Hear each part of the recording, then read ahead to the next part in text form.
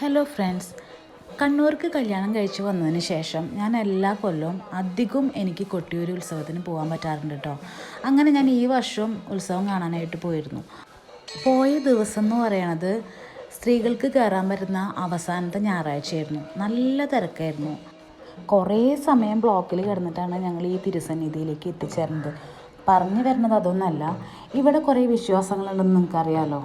മറ്റുള്ള അമ്പലങ്ങളെ അപേക്ഷിച്ചിട്ട് കൊട്ടിയൂരിനെ വ്യത്യസ്തമാക്കുന്നതും ഇവിടുത്തെ ആചാരങ്ങളും അനുഷ്ഠാനങ്ങളാണെന്നും അറിയാം.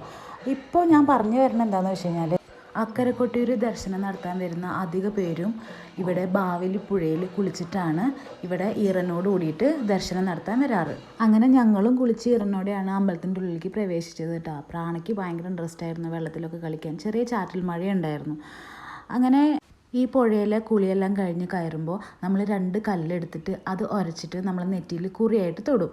അത് എല്ലാവരും ചെയ്യുന്ന കണ്ടപ്പോൾ ഞാനും ഇത് ആദ്യം മുതലേ ചെയ്തിട്ടുള്ളൊരു കാര്യമാണ് കേട്ടോ. പക്ഷേ ഇപ്രാവശ്യം ഞാൻ എന്തോ ഒരു റീല് കണ്ടതിൻ്റെ ഭാഗമായിട്ട് ഒന്ന് ടെസ്റ്റ് ചെയ്യാമെന്ന് വിചാരിച്ചു. ടെസ്റ്റല്ല, എന്തോ എനിക്കൊരു ഇൻട്രസ്റ്റ്, ഇത് ചെയ്ത് കഴിഞ്ഞാൽ എന്താ ഉണ്ടാവാന്ന്. അങ്ങനെ ചിലർ പറയണു ഇത് ഉരച്ച് തൊട്ട് കഴിഞ്ഞാൽ ചിലവരുടെ നെറ്റിയിൽ ഭസ്മവും ചിലരുടെ നെറ്റിയിൽ ചന്ദനമായിട്ടത് രൂപം മാറുന്നു. കല്ല് ഉരച്ച് കിട്ടുന്ന ആ മിശ്രിതത്തിൽ ഒരു ചന്ദനത്തിൻ്റെയും ഭസ്മത്തിൻ്റെയും മണം ഉണ്ടാവുമെന്നും പറയുന്നുണ്ടായിരുന്നു കേട്ടോ. പക്ഷേ ഉരച്ച് നോക്കി സ്മെല്ല് ചെയ്ത് നോക്കിയപ്പോൾ എനിക്ക് ആ ഒരു ഫീലൊന്നും കിട്ടിയില്ല. അതായത് ആ ചന്ദനത്തിൻ്റെയോ ഭസ്മത്തിൻ്റെയോ ഒരു മണമൊന്നും എനിക്ക് കിട്ടിയിട്ടില്ല. മണം എനിക്ക് മാത്രമല്ല, ഞങ്ങൾക്ക് ആർക്കും കിട്ടിയിട്ടില്ല. പക്ഷേ ഞങ്ങളതെല്ലാവരും ആ ഒരു വിശ്വാസത്തിൻ്റെ ഭാഗമായിട്ട് കുറിയെല്ലാം വരച്ചിട്ടാണ് നമ്മൾ അമ്പലത്തിൻ്റെ ഉള്ളിലേക്ക് പോണത് കേട്ടോ. അങ്ങനെ പോണ വഴിക്ക് ഈ കുറിയെല്ലാം കാറ്റ് കൊണ്ട് ഉണങ്ങി. അപ്പോൾ ശരിക്കും സർപ്രൈസ്ഡായിപ്പോയി ഞാൻ. ഞങ്ങളുടെ നെറ്റിയിൽ കുറിയൊക്കെ ഡിഫറെൻ്റ് ആയിട്ടാണ് ഉണങ്ങി വന്നത് കേട്ടോ. അതിൽ സർപ്രൈസ്ഡ് ആയിട്ട് കാണാൻ പറ്റാവുന്ന രീതിയിൽ കാണിക്കുന്നത് പ്രാണയുടെ കുറി ഒരു ഭസ്മം ഉണങ്ങിയ ഫീലും അമ്മയുടെ നെറ്റിയിലെ കുറി ചന്ദനം ഉണങ്ങിയ ഫീലായിരുന്നു. എന്താ ഇങ്ങനെയെന്ന് എനിക്കറിയില്ല.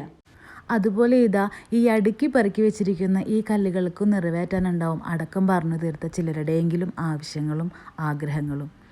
ഇതൊക്കെ തിരുത്താനോ തിരുത്തപ്പെടാൻ വേണ്ടിയിട്ടൊന്നല്ല കേട്ടോ. ഇതൊക്കെ കണ്ടപ്പോഴും കേട്ടപ്പോഴും അത് എൻ്റെ ഒരു ക്യൂരിയോസിറ്റി നിങ്ങളെയും കൂടി അറിയിക്കാമെന്ന് വിചാരിച്ചു. അപ്പോൾ താങ്ക് യു ഫോർ വാച്ചിങ്.